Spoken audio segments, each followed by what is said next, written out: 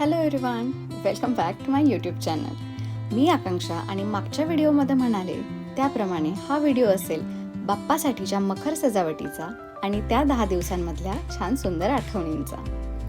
1893 साली टिळकांनी सार्वजनिक गणेशोत्सव सुरू केले होते आणि त्यामागचं सगळ्यात मोठं कारण म्हणजे समाजात एकोपा टिकून राहावा म्हणून.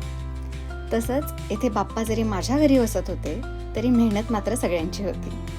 फ्रायडेला सगळी कामं आटपून आम्ही या मैत्रिणीसारख्या बहिणी किंवा बहिणींसारख्या मैत्रिणी असा आमचा ग्रुप कामाला लागला. आपले वारकरी बाप्पा असल्यामुळे विठ्ठल भगवानांचे बॅकड्रॉप बनवायचं असं ठरलं होतं. त्यासाठी किराणा दुकानातून कार्डबोर्डही आणली, अर्धे विकत आणि अर्धे फुकट. मग मध्येच कुणाला तरी सुचलं की चला एक वारकरी पण दाखवू. मग त्यासाठी ऑनलाईन फोटो शोधले. मग वारकरी आले तर त्यांच्यासाठी एक बैलगाडीही बनवली. आणि हे सगळेच कलाकार असल्यामुळे फार कमी वेळात सगळ्या गोष्टी बनत होत्या. वीकेंड होता त्यामुळे छान सकाळचं जेवण आणि काम आटपून 2 दिवस पूर्ण वेळ देता आला.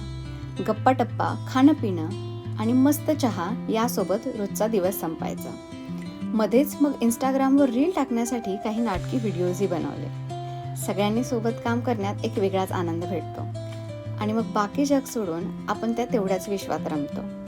आम्ही उंदीरही स्वतःच बनवला. मग मूर्ती आणि या बाकी गोष्टींना छान रंगही दिला. आणि हो, वारकरींना जाण्यासाठी रस्ताही बनवला. मग ऑरा ++चा फील यावा म्हणून विठ्ठल रूपी कार्डबोर्डच्या मागे लाईट्स लावले आणि अशा प्रकारे सगळी तयारी झाली. मग त्या 10 दिवसांमध्ये रोज छान छान जेवण, मोदक, छान नटून थटून फोटोशूट आणि खूप सारी मस्ती. एक दिवस आईने घरी भजनही ठेवलं आणि शेवटच्या दिवशी अगदी वेळेवरच सत्यनारायण पूजाही केली.